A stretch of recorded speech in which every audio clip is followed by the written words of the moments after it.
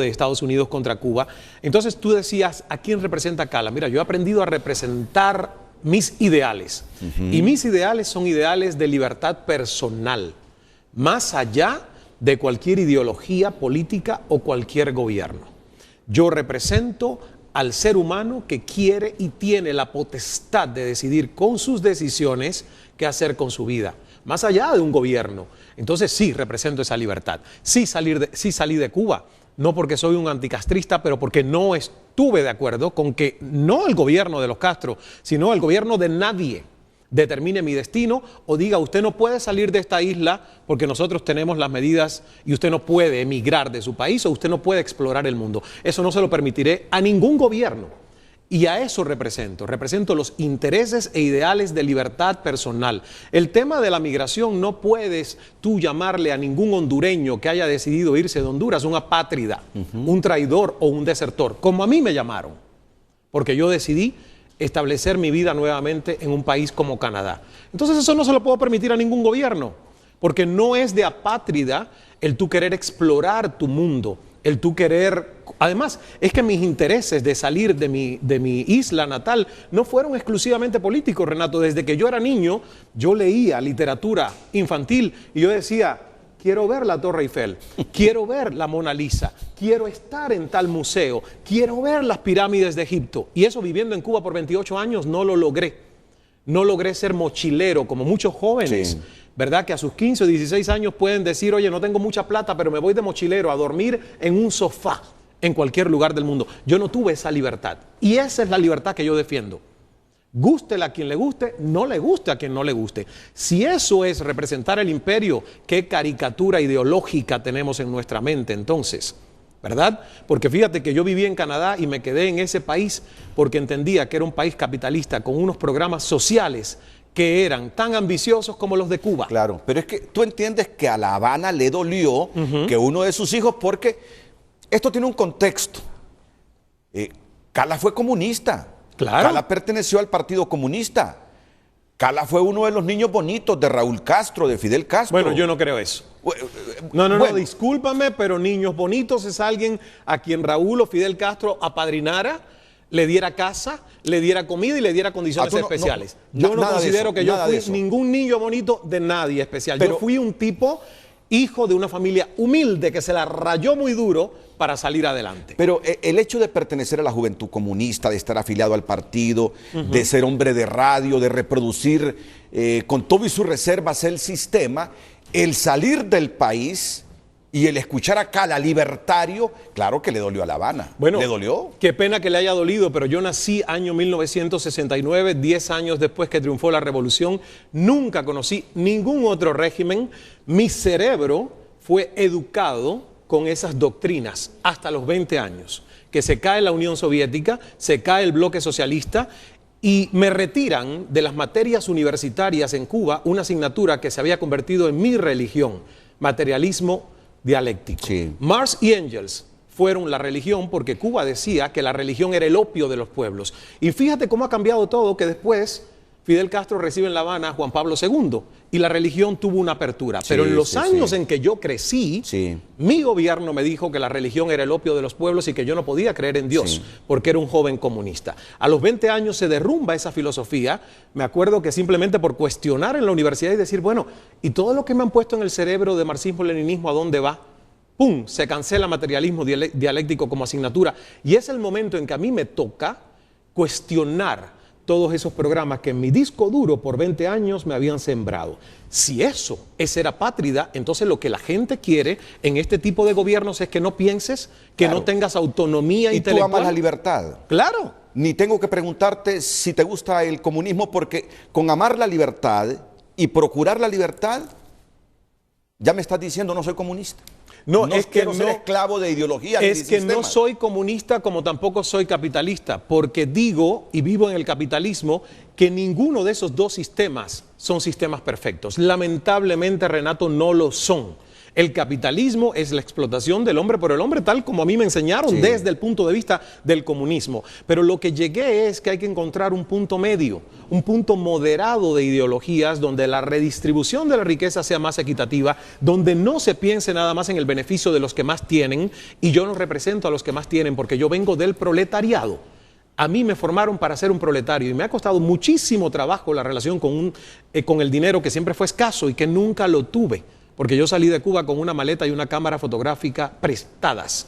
Fui mesero, me gané centavo a centavo el dinero para hacer mis papeles migratorios en Canadá y todavía tengo esa escasez mental que produce el tú no tener mucho de niño o de adolescente. Y ahora que lo tienes más que cuando vivías en La Habana, ¿cómo te sientes con el dinero?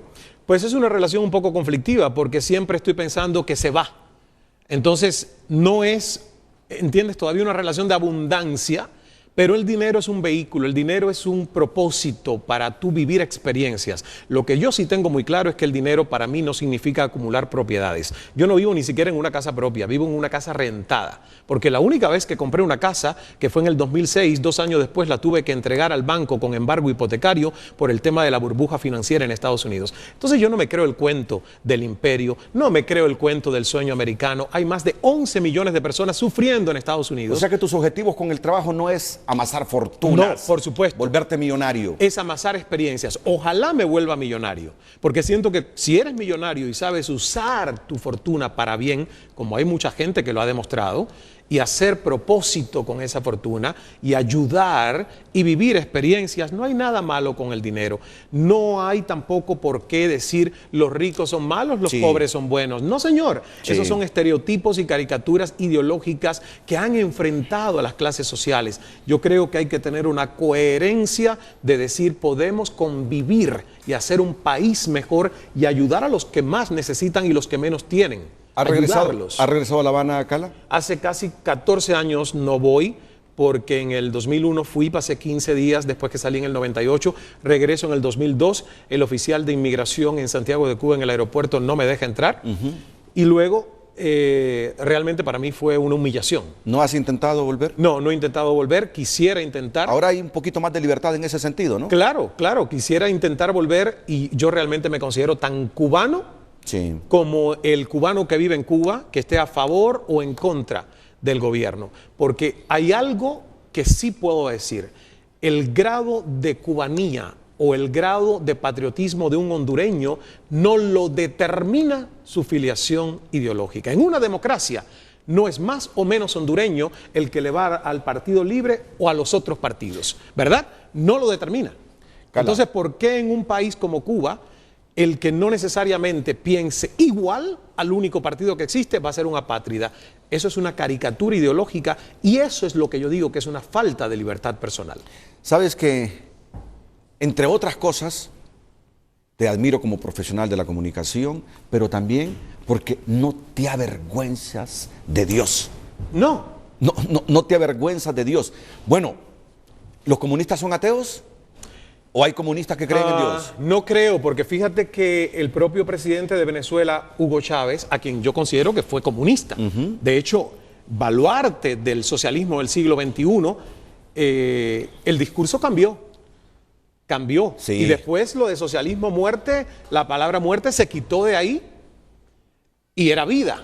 Y después en sus últimos días, en su lucha contra el cáncer, Dios fue un elemento recurrente en sus mensajes. Mira, cuando alguien me pregunta, ¿tú tienes la certeza de que Dios existe? Yo digo, es la fe, en el sentido de decir, yo nunca lo he visto, pero creo en los milagros. Yo escuché a Ramos preguntándote, porque sentía a Jorge Ramos como diciéndote, Cala, sos un periodista. ¿Cómo es que tú mencionas a Dios en todos lados? Sos un periodista.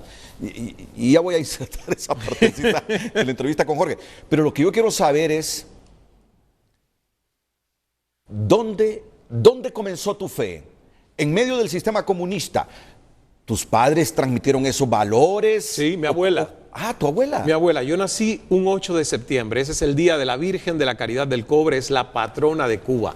Mi abuelita, muy católica y además entregada a la sacristía, era quien lavaba todos los fines de semana todos los manteles y servilletas que se usaban durante la liturgia. Y yo crecí viendo a mi abuela con su devoción y mi abuela me llevaba a la iglesia católica del Caney, mi pequeño pueblo. Yo me hice la primera comunión, la catequesis, leía la palabra de Dios a veces muy niñito, ¿eh? Entonces, hasta los 11 años, que mi madre le dice a mi abuela, mira, discúlpame, tú estás desactivada en esta sociedad porque tú no trabajas, pero él es un niño que está creciendo en este país y aquí la religión no está bien vista, por lo tanto, él es un joven comunista, no puede seguir yendo a la iglesia católica. A mí me dio de verdad mucho dolor porque yo disfrutaba mucho ir a la iglesia con esos otros niños y ver toda la liturgia, pero no podía ir.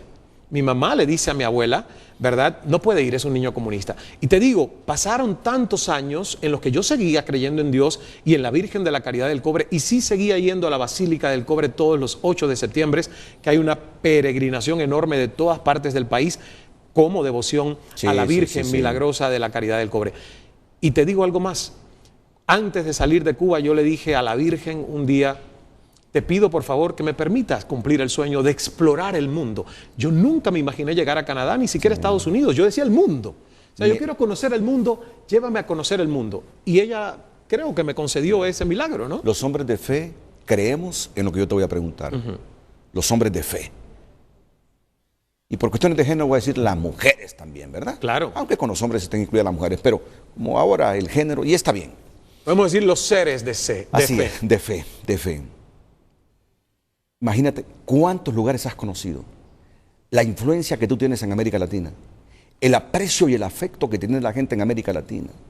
Hace unos años estabas ahí en La Habana y le dijiste a la Virgen, yo quiero conocer el mundo. ¿Te has puesto a pensar que Dios está cumpliendo una misión contigo? Por supuesto. Y tú sabes cuándo me puse a pensar eso, que no existen las casualidades, sino lo que mucha gente dice, las diosidencias. ¿Por qué, Renato? ¿Tú ves cómo se llama este libro? Sí. El poder de escuchar. El poder de escuchar. Este libro, este título llegó a mí, El secreto del buen hablar es saber escuchar, y yo no coordiné o no junté hasta momentos en que ya estaba escribiendo el libro que digo, no puede ser. La etimología de mi nombre en hebreo significa Dios te escucha. Ismael significa Dios te escucha o al que Dios escucha. Entonces, yo digo, no, espérate un momentito. Si mi carta de presentación, que es mi nombre, lleva etimológicamente eso, ¿cómo yo voy a decir que no creo en Dios? Si me fue designado de nacimiento, y yo siento que lo que hoy estoy haciendo es porque soy un vehículo de llevar un mensaje. Muchos de estos mensajes ni siquiera yo los pienso. Yo tengo un mantra que es Dios es amor, hágase el milagro. Comienzo el programa y dejo que mi mente sea un vehículo de algo que llega no sé de dónde y que fluye. Porque a veces entre más rígido tratamos de ser, más mediocres somos, ¿no? Sí. Entonces yo digo, mira, voy a dejar que esto fluya, a ver qué sale hoy.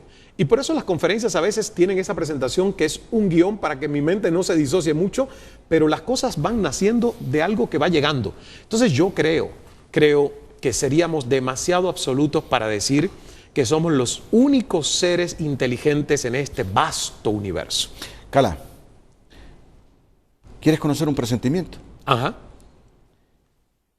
Ese libro, por la reacción que te miré hace algunos minutos, me imagino que me lo vas a regalar. Aquí está, te lo voy a autografiar. Muy bien. Hoy estamos viendo ese libro, El poder de escuchar. Tienes otro, ¿verdad? Tengo uno en preparación, un segundo libro en preparación. Un buen hijo de P. Un buen hijo de P, exactamente. No pongan el grito en el cielo, por favor, que es un libro con irreverencia, pero tiene un mensaje positivo, constructivo.